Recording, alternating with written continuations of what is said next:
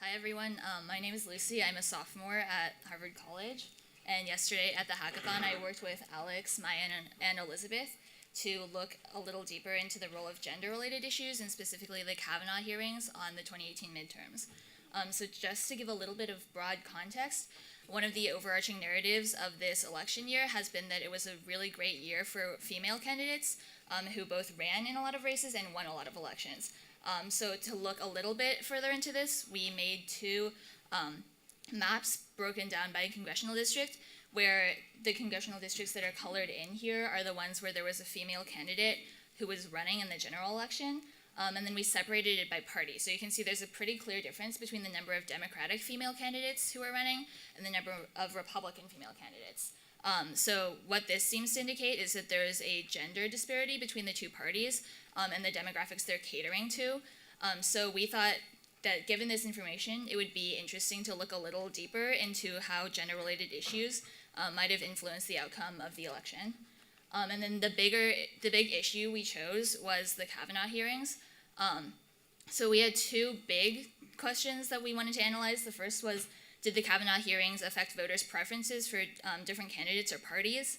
And we used Rasmussen polling data that we had every day from August until November, so we could map the dates of the Kavanaugh hearing onto that data and see if voter opinion changed at all. And then the second big question was, did the Kavanaugh hearings motivate people to turn out or not turn out for the midterms? So for the first question, this is just one of the charts we made with one of the biggest findings. So here we have voters separated by gender, so females orange and male is green, and then it's also by age. The chart on the left is for younger voters, and the chart on the right is older voters. So you can see the biggest change you see in the time span of the Kavanaugh hearing is actually that younger men appear to be approving less of the Republican Party right after the hearing starts, which is a little bit surprising and counterintuitive. You would think that the results would look more like they do at the end of the left graph, where women are supporting the Republican Party less and men are supporting it more, maybe because of gender dynamics in the Kavanaugh hearing, but actually right after the hearings, you see the opposite effect. You see a narrowing of the gap, which we thought was interesting. It could be due to any number of reasons, I think. There's a lot of variability in this data. Like you can see there are outliers way above and below, so those could be just pulling the lines. So we definitely can't make any causal claims based on this, but it seems like if valid, a finding like this would be interesting. And then to look at turnout, we separated voters again by gender and then also by party ID, and we looked at a question that directly asked voters if the Kavanaugh hearings made them more or less likely to turn out and vote in the midterm elections. And you see that people from all parties are saying that they're either equally likely to turn out or more likely to turn out for the elections, presumably in opposite directions. So I guess the Kavanaugh hearings probably mobilized both Democratic and Republican bases. If you look for gender effects, they're there. So like if you look at the more column for Democrats, you see that women are more likely to say that they're more likely to turn out, but the gender effects actually appear to be dependent on party. So if you look at independents and Republicans, it goes the other direction, which suggests that the Kavanaugh hearings might have been more of a partisan issue than a gender issue, because you see different gender effects by party, and it seems like both bases are being mobilized in opposite directions by the hearings. So yeah, those were some of the big findings we had about how the Kavanaugh hearings might have influenced the outcomes of the 2018 election and how people chose to turn out and vote.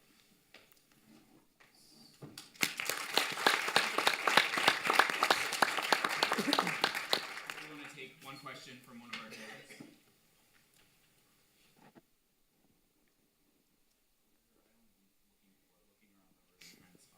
Or one question from the audience. Did anybody have a question? Yes, Lynn. So we talked about this a little yesterday, but do you guys, when you think about the dynamics of the public opinion that you're showing, and you look across all of those graphs, is there a consistent pattern to those dynamics that you think is interesting? So we made a lot of graphs that look like this, broken down by different demographic groups, And there seems to be a consistent pattern where right after the Kavanaugh hearing date, the gap between the genders narrows, which is exactly the opposite of what we would have thought would have happened. We came up with a couple ideas about why this might be. One of them was that maybe liberal women are watching the hearings and becoming disillusioned. So like there might be a non-response bias thing going on where people are, where certain people are more likely or less likely to answer polls during the time of the hearing. But we definitely don't really know why that's occurring.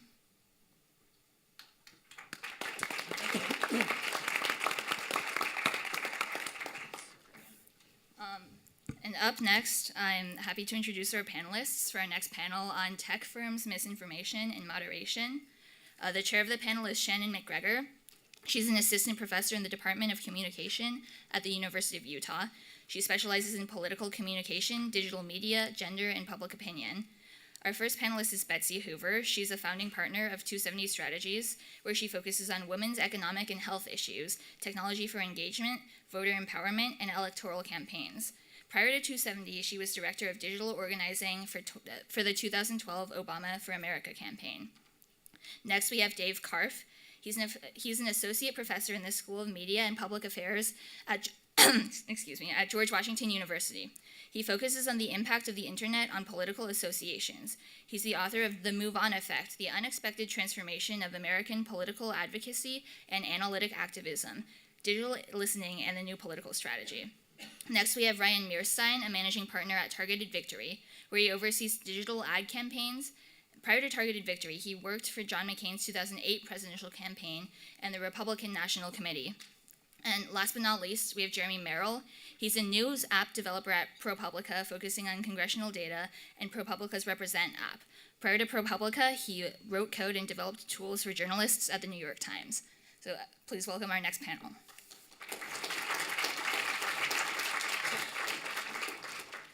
Thank you, and obviously thank you all so much for being here. Lots to talk about in this panel, obviously. I wanted to just sort of ask a broad question to set the stage. We've called this panel about misinformation and moderation, and we'll get into those things more specifically. But I just wanted to hear, like, given that these are sort of the narratives that I think have dominated this space since the 2016 election and coming into this election, how has that shifted the working relationship between tech firms and politics? So we have, you know, the political side, and then also looking at it from like the observer and the news side. So just curious to hear, like, how have those things, if they have, shifted the working relationships and sort of the platform? What's going on? Ryan, if you want to start. Sure. I mean, I think, you know, as I was starting to prepare for this panel, the thing I realized was that 95% of the thought that I put into this issue is from a business lens. Mm-hmm. And what does it mean for Targeted Victory? What does it mean for our ad ops staff? What does it mean for hiring? What does it mean for all of these processes that we spent a ton of time and resources putting into place to ensure that we are ready to deliver for our clients who now have to, you know, go through different processes to be allowed to deliver paid media on these platforms. And so, you know, we wanted to work very closely with Google, Facebook, Twitter, et cetera, as they figured out what they were going to do. And we worked very closely with their teams and gave feedback where we could. And then, you know, we were for what was going to happen and, you know, made changes internally. But I would say that our relationship with our actual reps has actually gotten closer because we've had to rely on them so much this cycle in order to understand what was coming, because it was a moving target for all of 2017 and a good chunk of 2018. So we've actually gotten closer with them.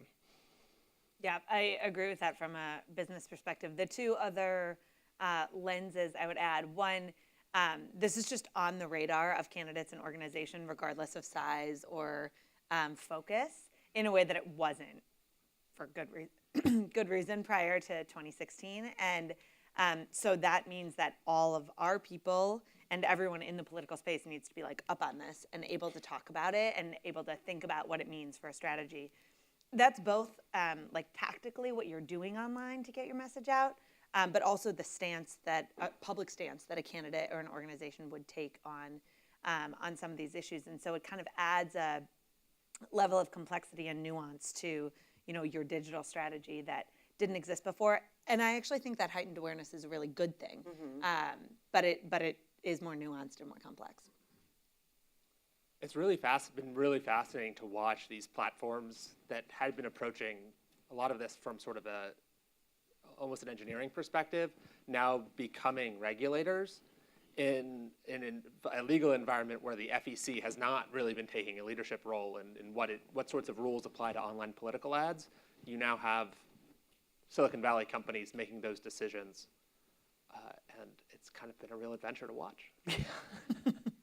Yeah, and I want to add, I saw that starting to happen just post-2012, where the Silicon Valley companies, Google and Facebook in particular, realized that the FEC wasn't going to give them good directions on how they should regulate political ads online.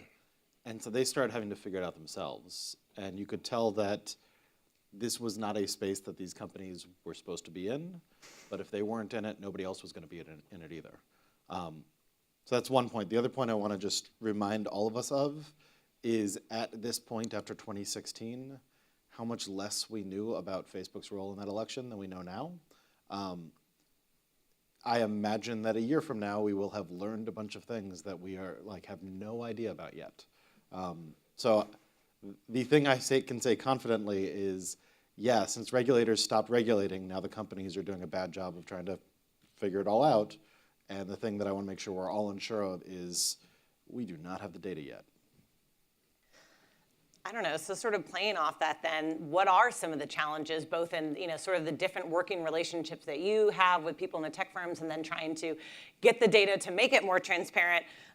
What are some of the challenges that you see? I mean, we all see a lot of them, but some of the challenges of these tech firms trying to regulate and moderate political speech when it's not being, there is no guidance from the FEC. What are some of the, there's some things like the verification that has happened. What are some of the other things or challenges that you think maybe they still need to work out?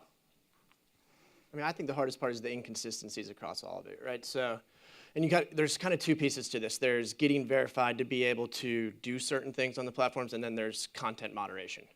And so you look at Google, Facebook, Twitter, all three of them have very different things that you have to do to get verified. Some of it's personally, some of it's for the organization, some of it involves snail mail being sent to a specific mailbox, et cetera, et cetera. But those are very clear cut, so you can learn those and you can figure those out. On the content moderation side, it's a much grayer space right now. And I will say we did not run into a ton of problems with our clients with content being taken down. But one specific example is, we're running an ad in a Senate race that in the background on a graphic, it said EpiPen. And so a decision was made that according to the pharmaceutical policies, you can't have a name brand drug in there. And now they're making that decision on a political ad. And so as a good vendor, I immediately go to the Transparency Center and I find a Democrat who has run an ad with a name brand drug in it. And I bring that to Google's attention, and they say, well, we missed it. And for me though, I stopped there. I do believe they missed it because this is an incredibly difficult thing to monitor either from AI or human. And so just the grayness that's still in the content moderation is really tough to deal with, especially with how short our flights are. We're talking about 1 week spends on these messages. Right. You spend 5 days fighting with a network, and you're like, what do I do in these final 2 days? So. Yeah, I think that's a huge part of, these companies having to step in as regulators. It's not only that they don't know how to set the rules, but it's also the challenges of moderation in that, just the sheer amount of content that's out there and how difficult it is to track, even at the company level as a group of engineers, right? The other ramification for that, though, is one of the things that our clients are considering all the time is, what do I do if misinformation or some of these posts are happening to my audience, to the people who I want to be reaching, and how do I find out about that? What can I do in my program to prevent against that and to, correct for it so that I'm getting my message out? And that's a whole nother strategic level in addition to, kind of the operations and logistics around how you handle this new frontier. What's the strategy behind it? And, there have been some things that I actually think are positive. Some of the transparency reports and like the insight that we're getting, while it's not perfect, is like helps with some of that, right? And probably makes the conversation a bit healthier. But it's a real challenge, and it's at every level. Even people with tiny budgets for political ad spending have to think about, how do I adapt in this new environment, and what does that mean for, who we are as an organization or as a candidate? Mm-hmm. The scale that we're talking about for the numbers of ads in these platforms is just huge. Whether you're watching it on behalf of your clients, or if you're a journalist like me, I'm using Facebook's own archive as well as a crowdsourced collection of ads that our readers are sending us into a database automatically. By the end, I was trying to look through more than 1,000 ads every day just to keep up.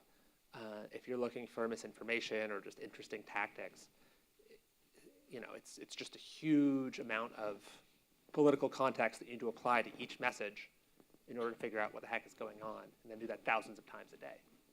So what I would layer onto the scale is also the stability. For a number of US elections in a row, the new battlefield was something that had not existed 2 years, 4 years, 4 years previously. YouTube is important in 2008. I used to joke at academic conferences, why are none of us studying YouTube in the 2004 election? And we would wait a beat before remembering, oh, right, it didn't exist. And I think that's part of why we're now seeing misinformation take on a different character, is now that various strategic actors, both the actual campaigns and clients, but also external actors, know that the fight is going to be on YouTube, on Facebook, on Twitter, on Instagram, and they don't need to so much worry about the next election being the meerkat election. 3 laughs, so those are people who remember 2016 very well. Instead of trying to adapt to the new shiny thing, we now have kind of enough stability in the online communications landscape that people can figure out how do you exploit it in a way they couldn't before. I'm curious if that's going to hold true in 2020. We've already seen a little bit of nasty shenanigans via text message. WhatsApp shenanigans are huge in other countries. And whether just sort of organically or because the moderation gets even more heavy-handed on Facebook and Instagram, I wonder if we're going to see more and more of that here. And that's a lot harder for us to watch because it's private, it's encrypted, it's person to person. Well, and Facebook is becoming more like that anyway, right? With the level of targeting that people are doing. The other piece of your point, though, that I think is really important to have as part of this conversation is today the public sphere includes what we're doing online in a way that, I was involved in 2008. Facebook was niche. Twitter didn't exist. Your Facebook strategy, you were talking about a very small percentage of the population who is generally hard to target and hard to get to vote anyway. Now you're talking about everybody. And so some of the dynamics that we're playing out online, we're just seeing public dynamics playing out online. And so we have to learn to manage and regulate and police that arena the way that we have had to shopping malls and sports arenas and, public streets in the past. And that still is the new frontier. Yeah. And we haven't had to do it much before, I would argue 2016. 2012 a little bit, but 2016 was the first presidential cycle that really, really pushed that. And so we're starting to see the beginning of that, but we are far from complete there. And so I anticipate these changes will just continue, and also some of the foul play will, because we're exposing things that are happening in the public anyway. We're just doing it online. Well, and I mean, to that point also, misinformation in politics is not a new problem, right? But it's so much more visible now. So I'm wondering if that's forced us to look at it either more or differently than we have had to in the past, because it is, like you said, it's so public. It's not new, it's just newly public through these particular platforms. So how has that changed the way that we think about misinformation's role in politics? Yeah, I remember, just quick anecdote, in 2008 having the Barack Obama campaign had a Fight the Smears website. And the way that we found out what smears were out there is people would forward us email chains, from their crazy uncle who sent some lie around, right? And we'd be like, oh, this is a smear. And we'd put up a whole page about it. That's the same thing, Like, it's the Yeah. exact same thing. It was just, and it was actually really hard to uncover because someone had to get it in their personal inbox. And our response was a website. Whereas now we have 5 minutes to respond to that, and you don't know who it's going to, and it's way harder to follow the targeting. And so, yeah, I think this is just an evolution of that in a lot of ways. That's right, but one thing to keep in mind there is when these smears are spread through inboxes, that also makes them, that makes it harder for them to spread. Yeah, they're containable. Right, because it's the crazy uncle is the one who's sending that email chain. I was doing a historical project on internet in the 90s. They were talking about these lies through the internet in 1997 about the 1996 election. They called it paranews. So on the one hand, yes, this is nothing new, but also it is now the ease of spreading is a lot That's right. stronger online. And you combine that with media fragmentation, which fits into this broader distrust issue, and I think that's where things get challenging. It's not like there's the crazy uncle and then there's the 6 o'clock news. It's, well, there's the crazy uncle and there's Alex Jones, and then, you've got all of these gray areas. And then I would also ask, we had an event in 2016 that occurred that no one thought was going to happen. So would we be talking as much about misinformation if it had ended up the way that we thought it was going to happen based on the polling that was out there, the public perception, et cetera? So, probably not. Yeah. I think so too, because then that also brings up is there something going on there with that most of these tech firms are in Silicon Valley or coming from this liberally cultural, culturally liberal place? Is that impacting, not only how we're thinking about it and reacting to it, but impacting sort of the working relationships differently as well? So one thing I want to push on there, though, is yes, you're right. In the alternate universe where Hillary Clinton is president, we're having a different conversation about misinformation. We're still having a conversation, though, because prior to that, news organizations realized that 50, 70% of their traffic is coming through Facebook.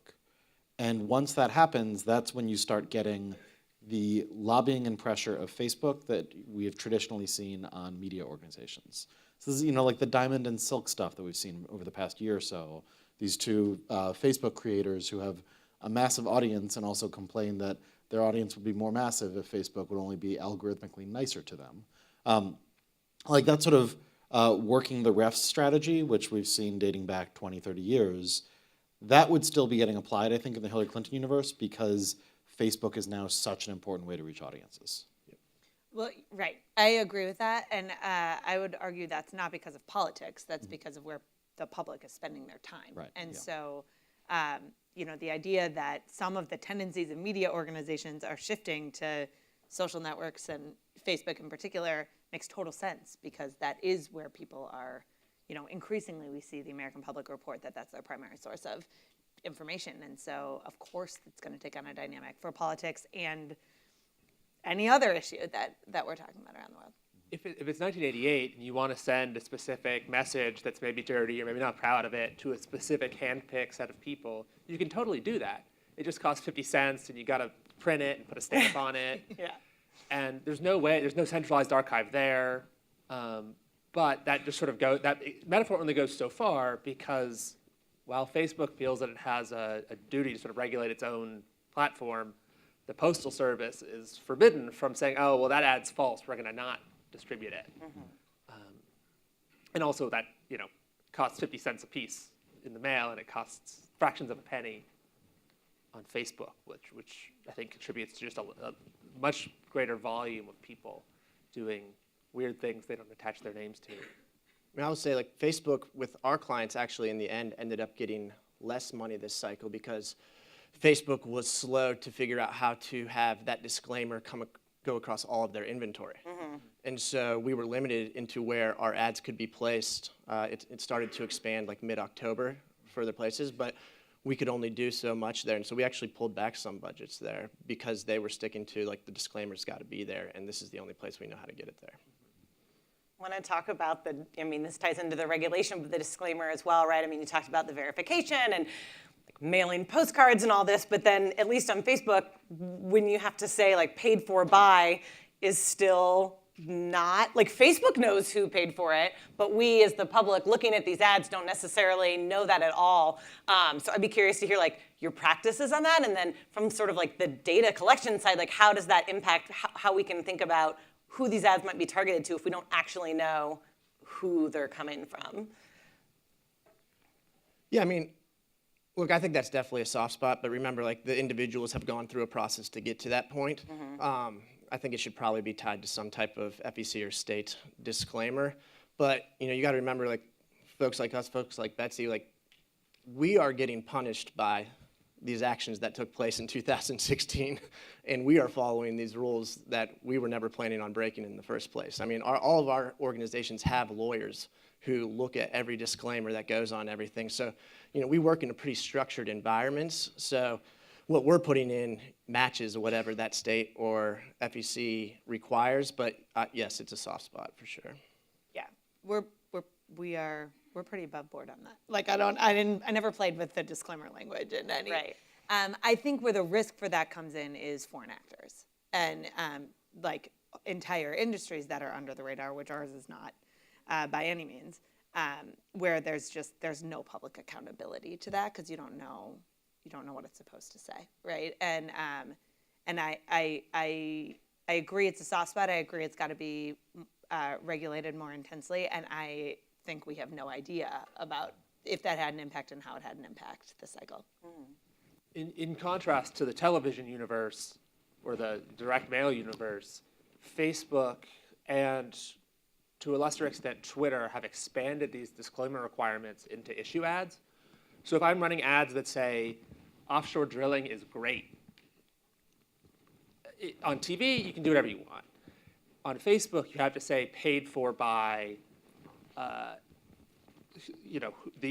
it has to accurately represent the person or entity who paid for the ad, if I recall Facebook's rules correctly. However, there are all sorts of disclaimers that point to names of organizations that don't exist. You have groups like the American Petroleum Institute, which is a energy industry trade group, whose ads I reported said paid for by energy citizens, which is a name for one of their marketing campaigns about the importance of oil and energy for American jobs and security and stuff. And it's not a company that exists. On the one hand, you have this sort of general fact of the matter in American politics that I can go to Delaware, open up a company, call it Americans for Freedom, or whatever I want. That's a real company, by the way. It's actually registered. That's registered in New Mexico, but it's a real company, Americans for Freedom. It was running ads on Facebook. In some cases, with these companies that don't have an office or anything, you can look up and see who the lawyers are behind it, or maybe who the owner or manager is. That's a little bit of disclosure. That's if you're a dedicated journalist and you're willing to spend the time to search in all these databases. You can figure out who's behind Americans for Freedom LC. If you want, in New Mexico. Look it up, it'll be fun. But if it's something like Energy Citizens that doesn't have any legal existence, it doesn't help you at all unless Energy Citizens discloses elsewhere, like API did on their website, who's really behind it. Which raises the question of why say paid for by Anybody. the same name as the Facebook page if it's not a legal entity. Right, and I think the answer is when they're coming up with it on the fly, that sounds enough like what has worked in TV. And, in TV, it's always been just short of farce anyway, because it's based on the assumption that viewers of a 30-second TV ad or 60-second TV ad will then do the deep research to figure it all out. If you have relatively few TV ads, then we can hope that journalists will figure it out. When you expand the volume, you outstrip the capacity. So that model doesn't particularly work, but also if we're going to leave the companies to figure it out on their own, they're going to start with what you do on TV and just sort of mirror that. Like, it's a rational way to come up with, at least something. At least something. Yeah. At least. Which is what we have, at least something. That might be the tagline for the Tech Burns moderation. It's at least something. Right. Oh no, go ahead. I was going to say, with these paid for or by disclaimers, if I want to spend a week plugging all these names into LexisNexis, I can do that. With, as Ryan mentioned, the verification that the person who's physically clicking the buttons to buy the ad has a social security number and a US residential address, we've got to take Facebook's word on that. I don't have any evidence that people are flouting that requirement, but I also don't have any proof that they're not. I mean, you know, we've been talking about using these platforms to communicate outward, but also, of course, another reason that in particular campaigns use this is we get data back, right? I mean, there's a lot of data that campaigns are able to collect through Facebook ads or things like that. So I'm wondering if the focus, again, on like misinformation and even just the knowledge about inauthentic actors on the platforms, has that changed how you think about or people in politics think about the quality of that data that's coming back? You know, if you're running different iterations of ads to sort of test what's working, has your thinking changed in terms of the quality of information that you get from that kind of data? I mean, you know, for us with Google and Facebook, the majority of the paid media that we're doing, we are bringing some type of offline file online to do a match and run that media. And, you know, for us in that process right now, there is still a lot of trust between us and the platforms. Mm-hmm. If that trust was broken, that would be a huge problem in terms of how we build media plans and deliver to our targets. Let me follow up on that, because where else could you actually go? Where else could you actually go? Yeah. I mean, you can go to other DSPs. I mean, we got to remember, there's millions of other dollars being spent out there that don't have any of these regulations that we're talking about right now. Yeah. So there's tons of other political media being spent on digital that we cannot track at all. Do you keep track of how well Facebook matches up the people who you ask to be targeted with the ad, how many of them actually saw it? If you say show this ad to Betsy, Jeremy, and Dave, do you know that it's really not showing it to some other folks out there? No, think more like my file's 100, it matches 80, we reach 40. You take Facebook's Period. word for that? Yeah. Yeah, that's the same. Like the initial targeting is happening from offline files, so it doesn't impact that. And we're trusting that the responses we're getting back is from the file that we're, like the universe that we're telling them to target. So in that sense, it doesn't make that big of a difference. Right. The data question in my world, the cycle was way more about like, well, what about Cambridge Analytica, basically, right? And what about what's Facebook doing with my data? What's Facebook doing with my people's data? And how do we make sure that that's safe and like what happened there, basically, right? How do I trust where I'm putting my data and my money? And that's a whole real conversation that we faced every single day. But we face that much more than like, is this actually working? Right. One of the things that is unique to my data set that we collect from our readers versus Facebook's public ad archive is a little description of why each Facebook ad was targeted to any given individual. And so with these universes that you all upload, I can see, oh, you know, whoever campaign has uploaded a customer list, you know, your phone number's on that list. But then how you all chose who's in that universe is completely opaque to me. I have no idea if that's show me all the Democrats under 30, or if it's show me the people who are psychographically open or whatever. Well, and that's not just a Facebook or Google or online ad absolutely. question. That's a general targeting question Absolutely. for, you know, that gets to analytics and how we build models for politics generally. And that has changed a ton in about the same time span as this digital revolution has happened, but it's actually an entirely separate track, right? About like demographic data versus individual modeling based on voting behavior versus individual modeling based on other behavior. And it's evolving all the time, and different campaigns are doing it differently, and it's expensive. And so different campaigns can afford to do it differently. But again, like Facebook or online advertising becomes a receptacle for that as opposed to the cause for that. So we could have that conversation, but I think this is my kind of drumbeat on the Cambridge Analytica thing is like, targeting voters is not new, and even targeting voters psychographically isn't new. Doing it without transparency and stealing data is maybe a little more new, or at least it's exposed for the first time. And so there's a bunch of issues there, and it's important that we have a conversation about each one distinctly because they're their own challenges and their own buckets, in my opinion. Can I get salty about psychographics for a second? You can get salty All about right. psychographics for just a second. Just for a second, I would like to point out to everyone that the science of psychographics is not going to have a big impact on politics until after it has a big impact on things like gym membership sales. Yeah. That's an area where you could make a lot of money through psychographic targeting, and also you could refine your models week by week to see whether or not this psychographic model actually produces more gym sales. None of that works very well in elections, because the outcome variable you care about happens once in November, and besides that, you're kind of making guesses on untested stuff. Since they don't use psychographics in gym sales, I think we can stop worrying about it in politics for now. For now. For now. Well, and once it gets really robust in consumer areas, then I think we should get worried. Until then, we should worry about things like stolen data. Like, Yeah. the scandals are not about the psychographics, it's about the stolen data. One thing that's really fascinating to me, and this might be too far afield, but when most of us in this room know that voter file data is pretty easy to get if you have a couple $100, but I think normal people, sorry, Not people us. who are not political professionals I think we're not normal. don't realize that.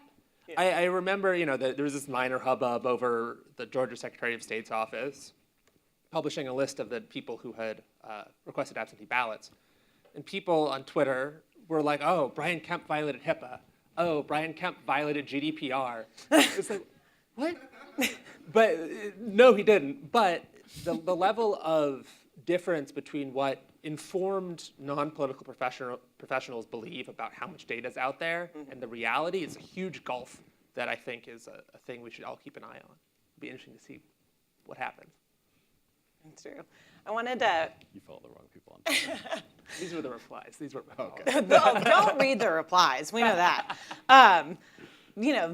Relative to 2016, it appears that 2018 election was not rampant with at least the type of flagrant misinformation that we did see in 2016.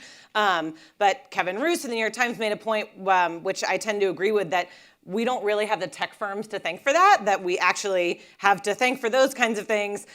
People doing academic research in this area, journalists, those were the sort of people, and even law enforcement, a couple days before the election, alerting Facebook like, hey, you got to take this down. It looks like we have some more Russian problems. So I don't think that's the best path forward, obviously, for regulating this. But I'd be curious, especially Jeremy, from your perspective, like what role has like the journalistic watchdog played in this misinformation and data, and what impact do you think that's had on tech firms' regulation or political practice? That's a great question. It's definitely the case that between our database, Who Targets Me is another database that's mostly in other countries, and Facebook's own database, we have a lot more visibility into this in a way to sort of verify the ads that we're seeing, as opposed to someone forwarding you a chain email. You can know who it came from, and at least this time around, a bunch of people because of 2016, were interested in spending their time digging through this stuff. But still, journalism, there's less money than there used to be, fewer staff than there used to be,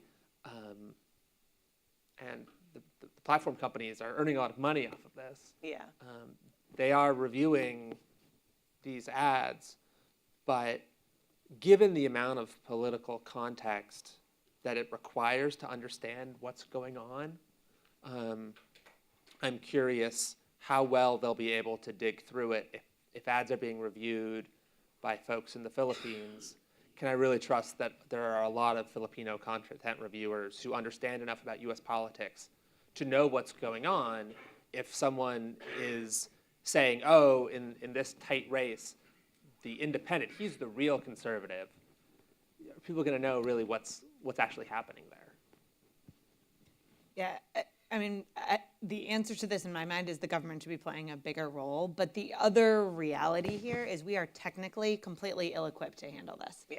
Like, this is a place that's ripe for innovation, and there's a ton of opportunity, like, for for the good of our society? Because say the government takes us on, like, do they have content reviewers? And what does a content reviewer mean in this like moment? Like someone who literally sits and reads thousands of pieces of content every day. So what are the tools and the systems that can help track and manage this? And it just doesn't exist. And so who will come up with that? Will that be the tech firms? Is that will there be a startup that blows us all the way and this is a market that they're gonna take? Is this an investment that the government's gonna make in technology? Like how is this gonna work because we're ill-equipped? I think we're getting better at asking the right questions, but like, it's not like it's like if you just brought on these guys, they could solve it for you. Like it just doesn't exist. And so in that sense, it's a technical frontier, I think. It's a technical frontier, but it's also like, who do we want making the decision Totally. about what's misinformation and what's not, right? Like, is it the tech firms? Do we want it to be the government? Do we want it to be some outside party? And like, yes, it has to be automated at scale, but there has to be the human interaction as well in terms of either when things get escalated or the algorithm gets it wrong. I don't know. So it's I think the interesting question also is like, who do we want to define that and how contestable is that concept of misinformation? Yeah. So I want to be a bit of a Facebook apologist here, like as much of a Facebook apologist as one can be these days, which is not much. First, I imagine there are people at Facebook who would probably disagree with Kevin Roos and say, you know, we've been doing a lot of stuff too. Well, they had the war room. Sure, okay, sure.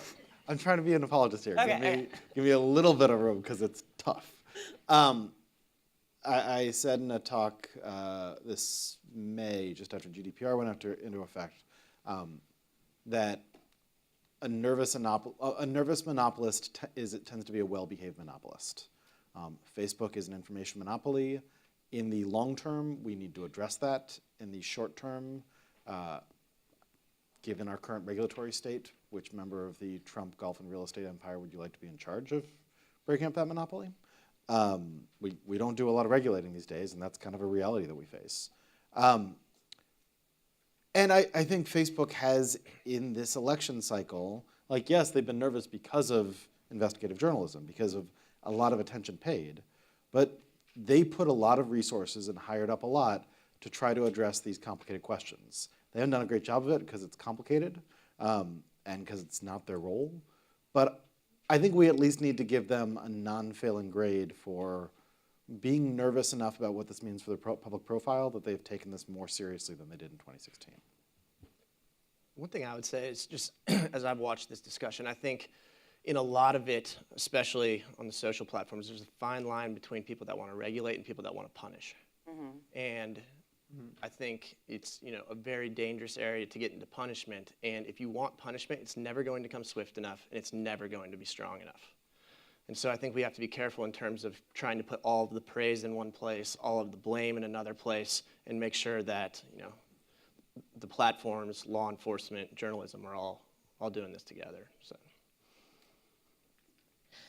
I'd be curious. I think Ryan, you mentioned this earlier about how inconsistently the moderation can be applied sometimes. We have like the outlier example of that of Alex Jones being on all these platforms, clearly not meeting Facebook's community standards, but yet here he is, for quite a long time until eventually it goes to that. So I don't know if you can give us either examples of moderation that was sort of inconsistently applied, or even ideas about like how could it be more consistent and could it ever be in a way that would make everyone happy or at least feel fair? This is a hard problem. That technology and software, machine learning, AI can't solve it 100%. But also there are a lot of sort of glaring mistakes that technology can probably solve. A few funny examples. There were a bunch of ads that were taken down for not following Facebook's political ad rules that were advertising home listings in Columbus, Ohio. The only reason why is that the realtor's name is Brian Kemp. We found... Poor fella. To be fair, he appealed and they got put up pretty quickly, his PR guy told me. But still, in the archive, you can search for Brian Kemp and find some houses that were for sale over the summer in Columbus. we found a ton of ads.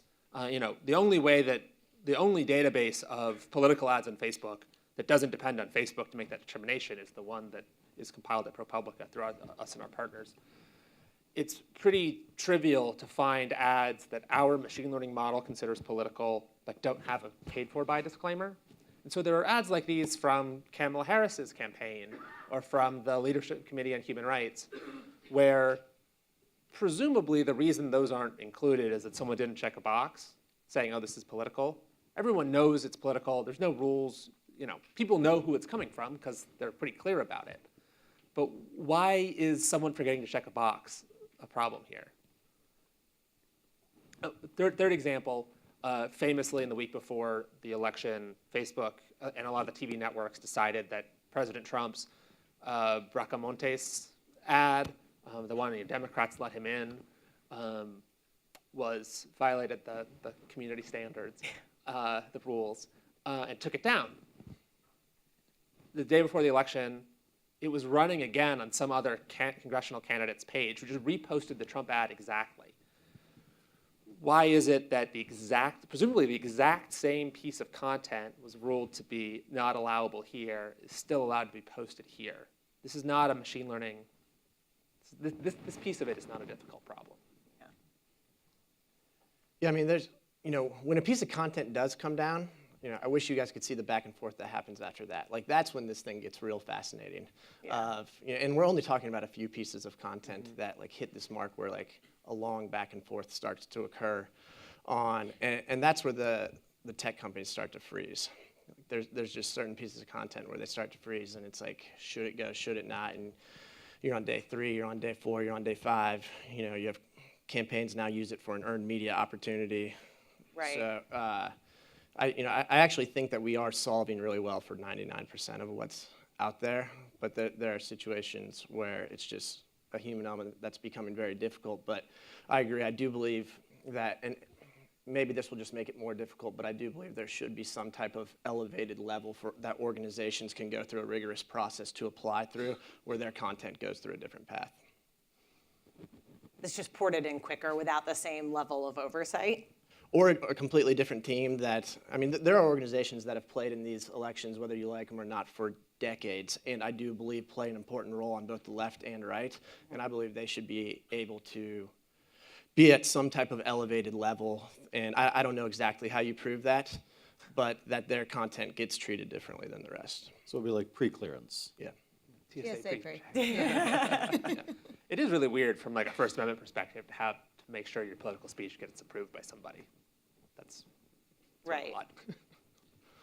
I'd also just make a pitch I think the Alex Jones case is so fascinating because in policymaking, the core model is muddling through, that when something goes really wrong, you Band-Aid fix that, and over time, that then aggregates up an imperfect system that at least has Band-Aid fixed the most obvious glaring wounds. And at least for the immediate term, when the government isn't going to bother to regulate, I think that the tech firms should be taking roughly that stance, that once you see a bunch of Macedonian teens obviously exploiting, invent some rules to fix that. If Alex Jones isn't violating your community standards, then you probably need to fix your community standards. So once the obvious glaring things come up, the nice thing is you can wait for something to be obvious and glaring, but then fix it and set rules as you go. And that's going to be haphazard for the people who are working with them, just like it's haphazard for people who have to deal with the government. But that's probably the best solution we have, at least until we have a regulatory system that actually regulates again. Yeah, I totally agree with that point. And I think it's kind of crazy for us to think that tech firms are going to or would want to or really are the right people to do anything other than be reactive, which isn't a good state for our public discourse at all. Yeah. But then we need something else. And that's where I get back to we're not even thinking of the eventual outcome here, because this is still, we've only scratched the surface on what this means and how this shapes our culture and our discourse. And so both the who and the how, we're just not there yet. And so all these questions are what's the best intermediary step. And I agree that like these intermediary steps are like not always terrible, sometimes bad, often pretty good. But they're not like a holistic answer to this question. Because we're not there yet as a society. Ryan, you mentioned the sort of the back and forth that happens on like a person-to-person level after, something is flagged to be moderated out. But like one of the reasons that companies like Facebook and Google became, at least initially, popular in politics and even continue to be is at the relatively low cost, right? I mean, when we're working at big levels, people are spending, I think it was like $1 billion in digital in 2016. But like also I'm running for school board in my county and I can also play in this arena, but I can't if it requires a personal level, right? Because like if I'm not repped by a giant firm, or whatever, then I'm not going to have that back and forth. And so I wonder, while that's good for the people who have that access, how does that impact the ability of either of these companies to still play in more like local politics? And is that a problem, or I don't know? I think it's a huge problem, and I kind of mentioned this earlier. Prior to 2016, local candidates that we would be helping or working with wouldn't even think about digital ads as because it was just a budget, like a factor in their budget that they didn't have. And now they're thinking about it and can't do it because their either budget is so small or it's so difficult. There's so many hoops to jump through that they can't do it. And so what do we do with that? And is that, that's not really the right outcome either, because the assumption that so much of our discourse is happening online, like the reason people started to put money online in politics is because it was where you reached people, right? It was the way that you reach populations when people stopped having landlines and it was hard to reach people on the doors, and only so many pieces of mail make an impact, right? Now there's similarity with TV, right? And so, presumably the trajectory with some of these regulations is more like you can afford to play on TV and you can afford to play on digital, or you can't. And that feels off to me in terms of what we want from our local campaigns and our local elected officials. Yeah. You are starting to hear more people trying to raise this idea there should be a two-tiered system where presumably the amount of damage you can do if you're running an ad in a single county and it's spending less than $500 is very different than what you're doing if you're uploading custom lists and doing it nationally or whatever. I ran the numbers before. Facebook has 85,000 political advertisers since May. The top 4,000 represent 88% of their revenue. Yeah. And that's if you spend about $8,000 or more on the platform. I will say though, you look at what came out of the Obama campaign and how many Dem operatives there are that are just digital natives now because of how they ran those campaigns. I think we're going to come out of this next presidential and there's just going to be a whole new generation of young people that are certified on all of these platforms. And it's another gonna really take time. interesting thing is it'll like take time, but how the certification follows individuals as opposed to following campaigns. And that is a whole, you're right, that's a whole other thing and will put us in a different place. Yeah. That's right. I wondered if you could, we were talking about this earlier, for those interested, because I know there are some, if you could walk us a bit through the process of building the ad tracker at ProPublica and sort of what types of data is in it, because it's available for us to play with as well, that data, so. Sure. So the ad collector itself is open source. So if you wanted to spend a couple of days digging through my convoluted code, you can run a version of it yourself. And also the data itself is available. You can just go download it on our website. It's in the data store, but it's free. We have 100,000 some political ads that you can, including their targeting information for most of them, that you can play with if you want. So the way this works is that we have a browser extension for Chrome and Firefox that we asked our readers to install, that our partner organizations asked their readers or listeners or viewers to install. We also had a survey panel install it.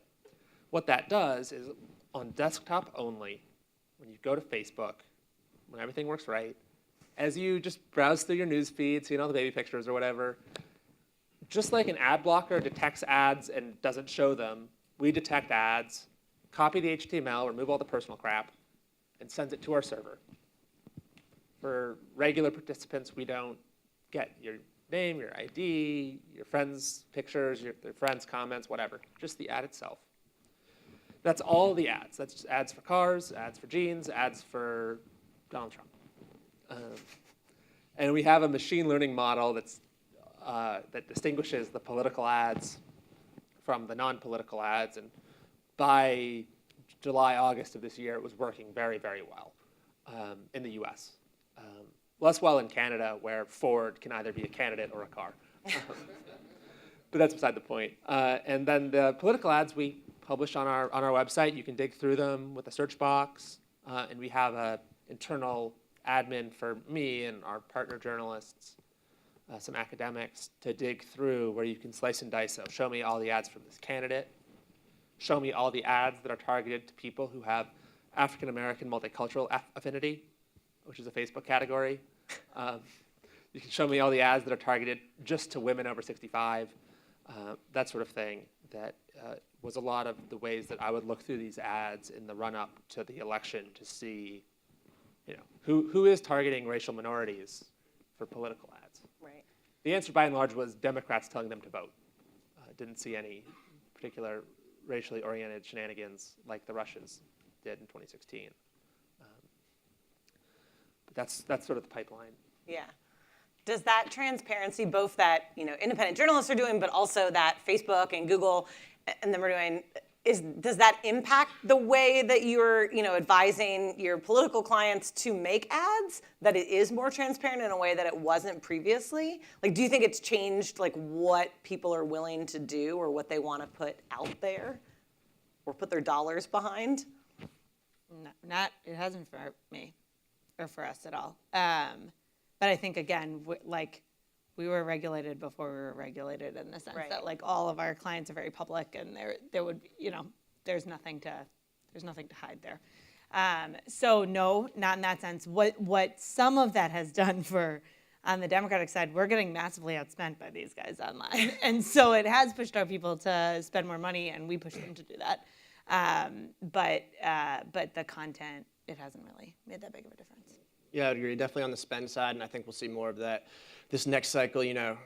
For any of you that have bought television, your inbox gets spammed all day long from all of the station owners saying, this is what these guys bought, this is what these guys bought, this is what, ginning you up to make sure that you can get at parity with them. And I think as we see other platforms sit on top of these ad archives and really roll up spend in an actionable way, then I think that'll drive spend even more. Yeah. They'll use that data to drive more spending. Yeah. I want to be able to take some questions from y'all as well. So we have the microphones. So yeah, down here in the front. And just wait till you get the microphone to ask the question. We're recording it and streaming it. Right. This is a question for Ryan. You mentioned kind of at the beginning of the talk that, because it was difficult to run some of these ads on Facebook, that you shifted your buy elsewhere. And I'm curious, was that to offline platforms or was it to other online platforms? And sort of what specifically, did you find more useful? So in that case, that was moving dollars from digital to digital.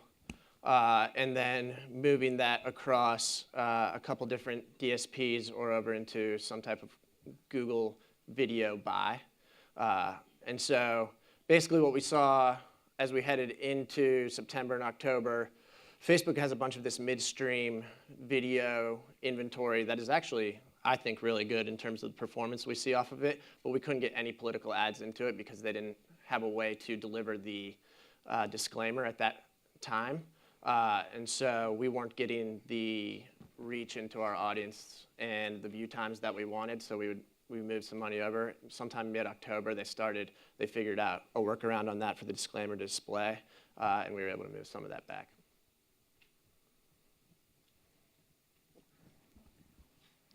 Ms. Hoover, you mentioned earlier that you think the government should play a bigger role in regulating things. If that's the case, how can we reconcile the fact that government officials have very little knowledge of what actually goes on in Silicon Valley, as evidenced by their questioning at the Zuckerberg hearing a couple of years ago? Very good question. Yeah, I wouldn't say we have a government that's equipped to do it today. I would say in an ideal state, as we're designing like our future utopia, dystopia, I don't know, where are we living? But it's a really good point. Like when I say we're ill-equipped as a society to deal with this, I think that our government does not have the tools or the skills or the expectation to be at the front lines of this. And part of that is just electing people who, that will happen, like electing younger people who are digital natives who grow up in this space. We will get there, but that still is only a piece of the story. You still need, experts underneath that who have the resources and the time and the tools to actually be able to do any of this before we're actually ready for that. I also want to point out, this is why it matters, like that matters for passing laws, but the regulation should be coming from people working at agencies who will then, Congress also doesn't really understand how banks work, I don't think. They definitely don't understand an awful lot of science, but the EPA, until recently, had people who did.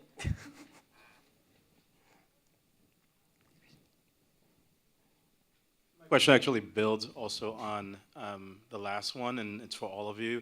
But the assumption is that the government has the ability, the constitutional ability to regulate. And we live within the American context in which we have a fairly strong First Amendment. And the assumption is that the government does not really, for the most part, right, there are some exceptions, kind of tell us what's true and what's not. So how do you all think about that problem as well?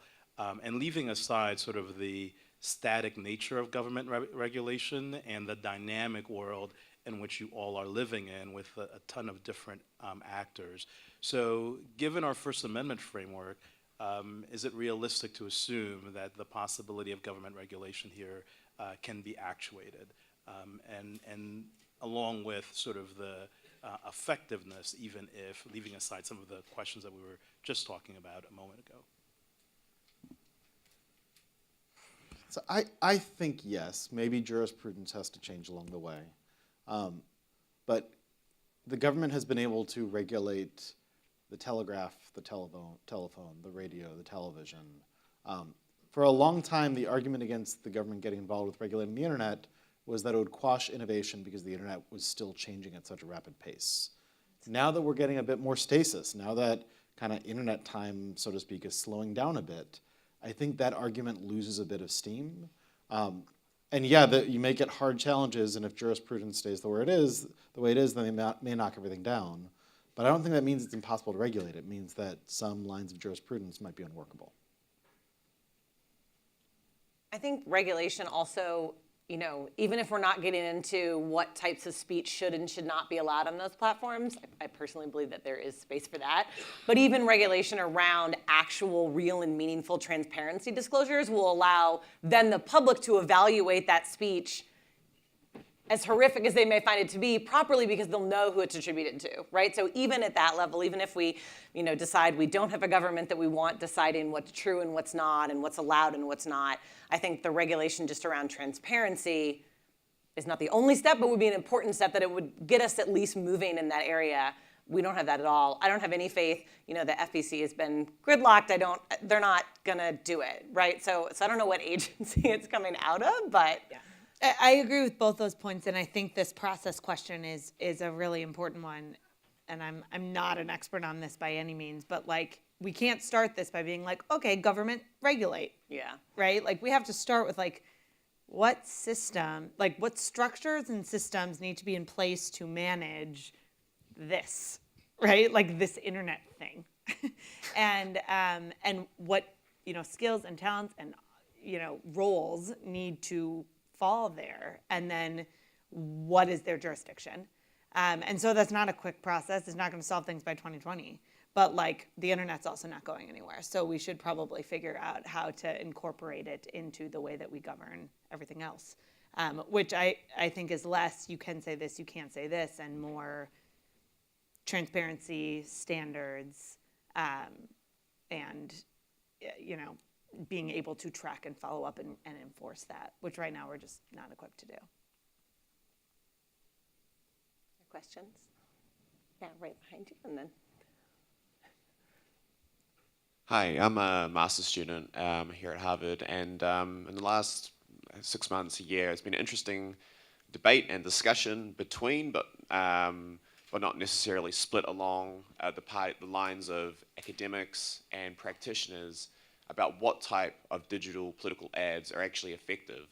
So, for instance, ones where ads to raise money have been quote unquote proven, to have been work, and you can see because money's coming in. Where there seems to be a lot more skepticism about whether persuasion political ads on digital platforms are actually effective.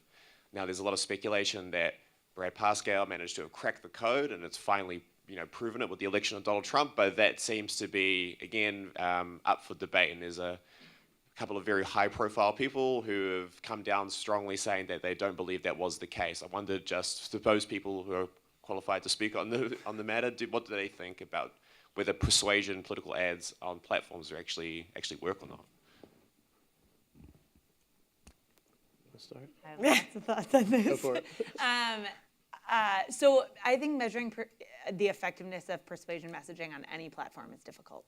Like it's a much more difficult thing to measure than like, did someone give money and how much, right? Which is a much cleaner, you're like measuring how people's minds move and change and why. And so I don't think that that's unique to the internet. I do think it is a place that we have underinvested and are just learning about how to do and understand better. So I think Donald Trump was the perfect storm in lots and lots of ways. I don't think that he's the president because Pascal figured something out that nobody else had before. But I think there have been huge leaps forward in how to think about persuasion online, which we should be doing on both sides of the aisle, and how to measure the effectiveness of that we're very much just at the beginning of. 2016 was a piece. We did a ton of experimentation in 2018 around it as well, and I think it'll continue to be a source of conversation. There's also others in the audience that are total experts at this, so others should feel free to chime in as well. Right there. I would just say that in these campaigns on the digital side, we are held to a much higher standard than any of the other vendors. I mean, the television guys make a buy and walk away. And, their stuff will show up in the next polls. But, we have to continue to prove over and over with performance metrics, working with each of these platforms on different tests that they will put us in, whether that has to do with brand lift or some type of movement within our audiences. And we are constantly having our feet to the fire with these campaigns to prove that digital is being effective. I think it's a data question too, right? I mean, if what we want to know is, does it persuade somebody?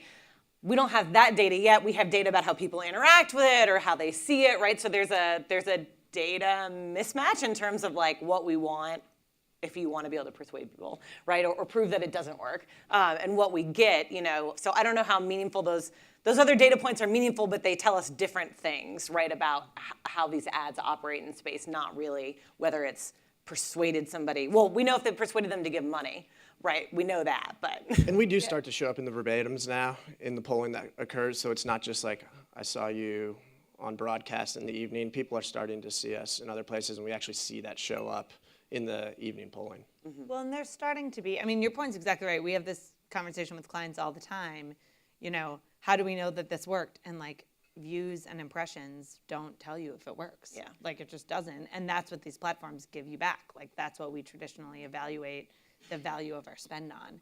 So there is a wave of additional platforms and strategies to understand if someone's opinion moved because of content that they interacted with, but it's very difficult to isolate that to this one particular digital ad that you ran, right? And that's true for TV too. Yeah. Like TV is never asked to hold themselves accountable to much, but sorry, bias going out there, but particularly on persuasion, like that's even harder to measure because you don't even know if someone saw it or not. So this is, it's an evolving space and a really interesting one that we've seen a lot of innovation on over the past couple of years, but we have a long way to go.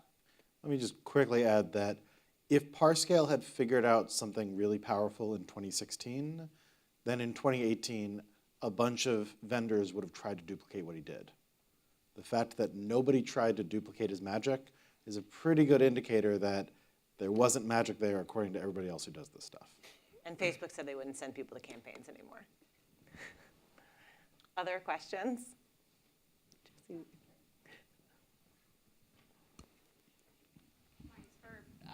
Mine's for Betsy and Ryan also, and it's kind of a takeoff of this question. So how, you've said at the beginning that your relationship with representatives from firms kind of necessarily had to deepen because of all the kind of moving parts, but how in light of them giving you back engagement metrics that mean little to nothing to you, or giving you back what we've now kind of is a problem for organic content more, but the like knowing that the video data was bad, right?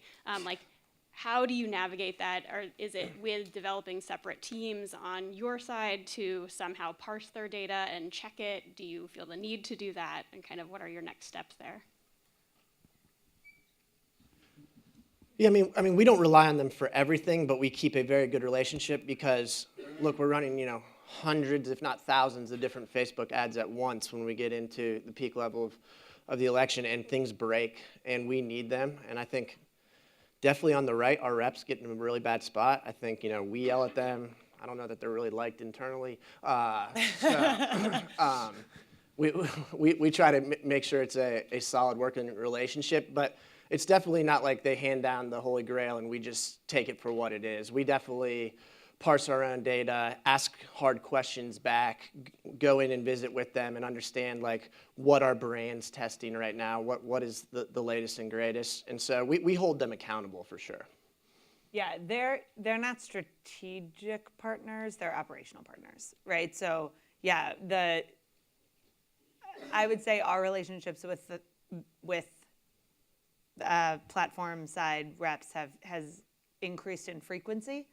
But they're not more involved in, and a lot of the metrics, even the ones that don't matter, you don't actually need to get from them. Like you can just see it within the platform, right? So the process right now tends to look more like you test message before you run a digital ad, right? And then you go into your digital ad with a message that's already tested well, which isn't quite right. It's a little bit backwards, but that's more how the systems are set up than do something and then have your reps tell you if it worked or not.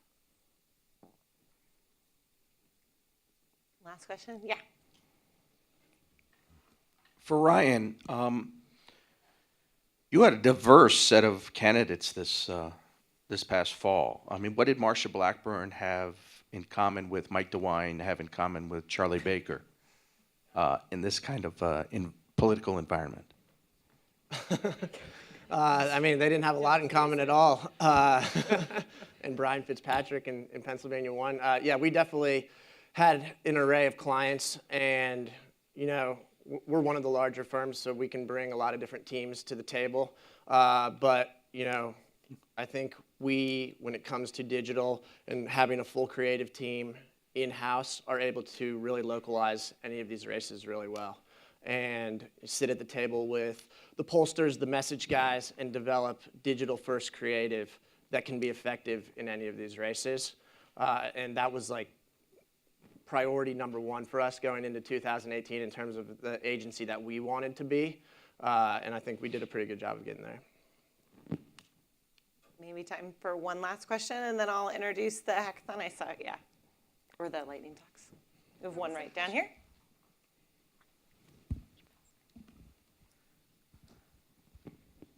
Hi, so we talked a lot about one of the channels for spreading misinformation, which is ads and bad actors spreading it through ads and deliberate attempts to misinform the public, but not so much about the platform effect. So like platforms like Facebook and Twitter spreading misinformation because it generates outrage and optimizes engagement and makes more money. How big of a problem do you think this would still be if everyone were acting in good faith? I'm just like laughing at the proposition. It's lovely sounding, right? But yeah. Unrealistically, but yeah. Who's acting in good faith? Like anyone sharing political thoughts or if everyone's saying nice stuff, then do we have a problem? No, but I don't know if we still have Twitter if everybody's saying nice stuff. Yeah, that's true. That's true. So what I'll say is that then becomes a more manageable problem for the platforms to solve, because they can internally decide what are we optimizing for. And this has been one of the pushes in Facebook, is saying we're going to optimize for time well spent, and then they get to figure out what that means. But if everyone was well-behaved and earnest, then that would be an easier project for them. When you also have this misbehavior element, that makes it that much more complicated. And I think, we didn't talk about it necessarily yet, but it's not just these tech platforms. Misinformation gets amplified across, mainstream media news channels and still through emails from your weird uncle. I still get those, right? And so it's not just limited to these platforms. We are moving on to our couple lightning talks, but please join me in thanking our panelists. Thank you so much for sharing your insight with us today.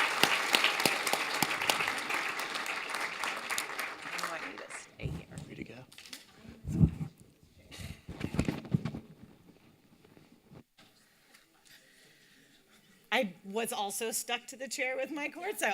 So we have two awesome people to give a couple lightning talks before we move on to our lunch break after that. So I'm going to introduce them both at the same time. So first we have Kabir Khanna, who's the elections manager at CBS News, a PhD candidate in political science at Princeton University, and his research interests include political psychology, public opinion, representation, and survey methodology. And after we hear from Kabir, we're also going to hear from Charlotte Swasey, who's a data scientist at Civis Analytics, where she works on the research and development team, focusing on things like survey methodology and political work, including some of the predictive modeling and tracking that we've heard so much so far about today. So, Kabir, you want to come up? Thank you, Shannon. Yeah.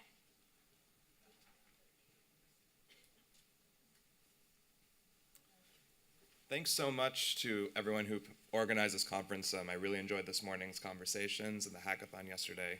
So thanks for inviting me and putting together a fantastic program. I'm Kabir Khanna from CBS News. I straddle the academic social science world and the news media world. And what I'm going to talk to you all about today briefly is how we kind of did an experiment this year at CBS News in applying methods from political science and political methodology to our pre-election coverage of the race for control of the House. So CBS partnered up with YouGov this year to poll competitive races across the country and to conduct an MRP model to estimate the race for the House seat by seat. We tried very hard to stay away from the generic ballot where there's a lot of attention paid and give people our best picture of how many seats each party was likely to win at various points throughout the campaign. And we did that by surveying voters across the country and in an oversample of competitive districts, starting in June, going through November, and reporting our best estimates of seats on an approximately monthly basis. So very quickly, the methodology, which will be familiar to some of you, was multi-level regression and post-stratification. So after collecting data across the country, and again, an oversample in competitive races, we modeled registered voters' vote choice conditional on demographics and who they told us they voted for in the presidential election in 2016. And the strength in MRP through partial pooling is making inferences about people in maybe small subgroups or small areas based on people with similar characteristics across the country. We also had a turnout modeling step, and what we did there for our best estimate, it was use historical midterm drop-off patterns. So let's say the drop-off from 2012 to 2014 to make inferences about the drop-off from the presidential election to this year. So our best estimate was always based on this turnout model informed by history, and if I have time, I'll show you how we played around with different turnout scenarios to explain the range of possible outcomes. Each of those steps, modeling vote choice and turnout, involves statistical uncertainty. We incorporate that and ran simulations of the House races 1,000 times, which gave us a distribution of outcomes each time we did this process. So I'm showing you here the histogram from the weekend before the election. You could see that the bulk of it is on the right side of the 218 control line. Sorry, just to clarify, these are Democratic seats that we're plotting. And we would report our median estimate and a 95% confidence interval around it. The strengths of this approach, I alluded to some. So we're combining voter information and district information efficiently. We can deal with data sparseness, whether it's in certain subgroups or certain geographic areas, and we can estimate complex interactions. In terms of the output that this model gave us for reporting, we got an overall seats estimate. We also had an estimate in each of the competitive races, which allowed us to report out a qualitative rating, ranging from likely Republican to likely Democrat. And we could easily tweak the parameters of the model to report different scenarios. Here's a picture of what our estimates look like over time from June through November. So the Democratic estimate is in blue.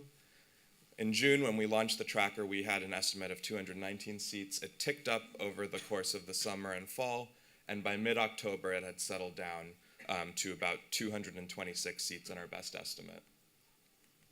The Sunday before the election, we had an estimate of 225 Democratic seats, with the Republicans winning the remaining 210, margin of error of plus minus 13 seats on each. So the week before, we were estimating a Democratic gain of 30 seats net. It looks like they're going to be in the high 30s when all is said and done.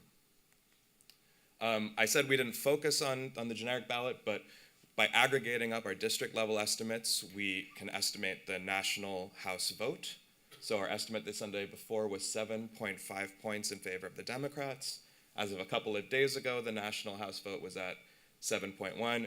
It's ticked up a little bit since then, and I think is going to settle in around 7.5. So we felt pretty good about that.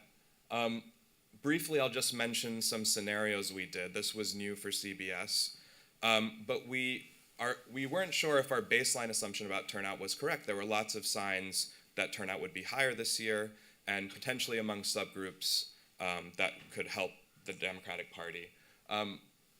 We looked at both a low turnout scenario and a high turnout scenario. I didn't want to just cherry pick the high one.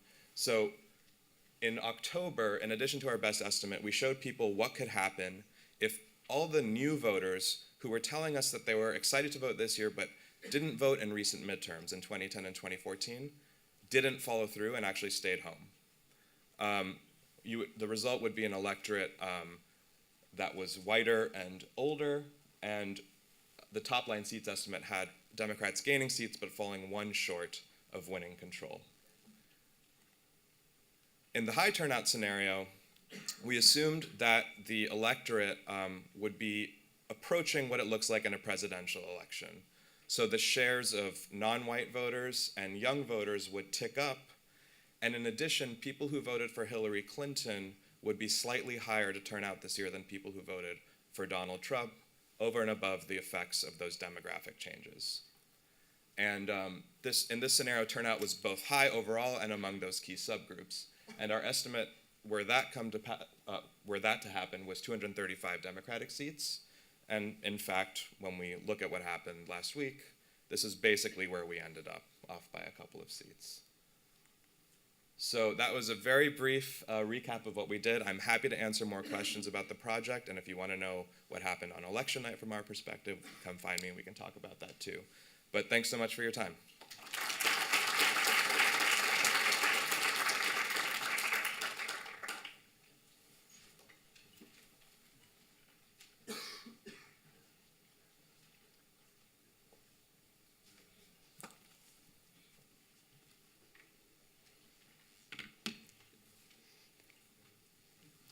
Hi folks, I'm here to talk a little bit about the state legislative work that we did this cycle. I'm with Civis Analytics, and we partnered with the DLCC on this, who are tremendously helpful in all things. So state legislative forecasting and truly analysis is kind of a special case. In mostly what you see as political forecasting is a little bit higher level. State legislative has a lot of races, a lot of states, and a lot of very special little unique things that make each state interesting in its own way. These include having multi-member districts, having two guys named Ryan representing the same state Senate seat in West Virginia. One of them lost, there's a will now, it's great. And like literally everything about the state of New Hampshire with 400 seats, some of which are overlapping on other seats, many of which are multi-member. So this makes it a really challenging place in which to do polling and in which to do forecasting. At Civis Analytics, we're really comfortable doing work basically up and down the ballot, but this always remains kind of a unique challenge. So in 2016, the state legislative results sort of correlated with presidential, not amazingly. It pretty much is what you'd expect from this being a reflection of people's partisanship, because as we know, people are truly partisans pretty much up and down the ballot, but there is a lot of noise in this matchup. And in using actual correlations, again, this is kind of a noisy metric, but did about as well using prior state legislative results. So this is the historical 2 years and 4 years before is either the state house or state senate as relevant. And you did pretty much the same using each of these metrics to predict it. And it didn't strongly correlate with these up ballot races, which is kind of what you'd expect given that state leg is supposed to be more local, more focused on individuals, more focused on the communities than, say, a presidential or a Senate race. And then we got to the 2017 election in Virginia. So this was the kind of, Virginia does its state leg elections and its governor elections in off years for some reason. And so this was at the same time as a very competitive, very hyped, very focused gubernatorial. It was right after Trump's election. There was a huge amount of attention on this race, as I'm sure everyone remembers. And we did forecasting work and we did a lot of polling, like we always do, going into this race. And coming out of it on election night, something that we saw is that the results looked a lot like 2016 presidential vote. So the graph on this side is the results plotted against presidential vote in those districts. Other side is plotted against previous state legislative results in those districts. And this kind of matched up with what our polling and our models were telling us, but it was an interesting new finding. And so we really went into the 2018 cycle with an open question about if this trend would hold up. Because maybe Trump had just gotten elected, everyone was very focused, they were all feeling very partisan that day. There were a lot of things that could have plausibly happened.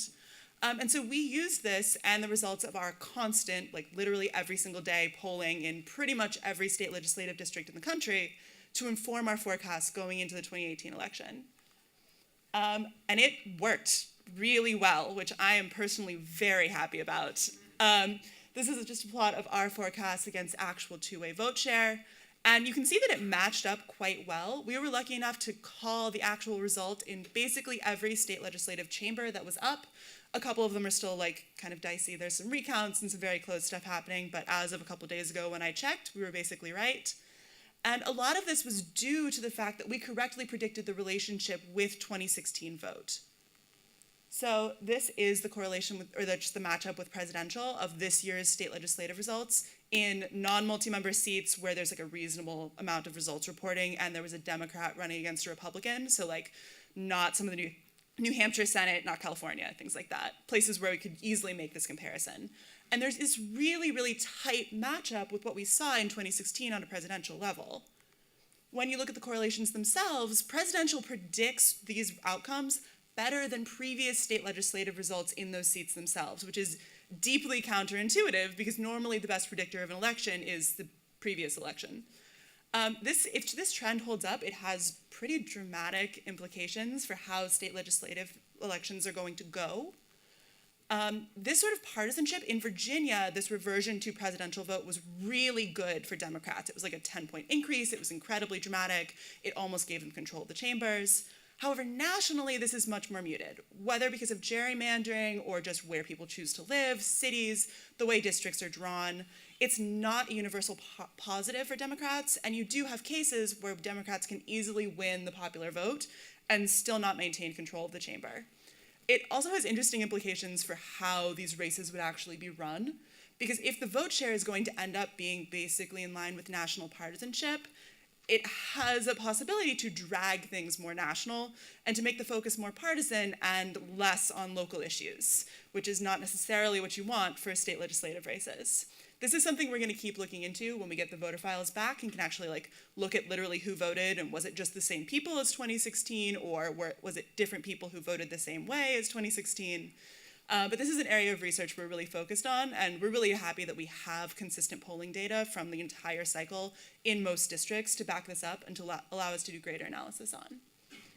And we want to thank our partners at the DLCC for, among other things, helping us maintain a database of all of the names of all of the candidates, which gets really, really fun in some places.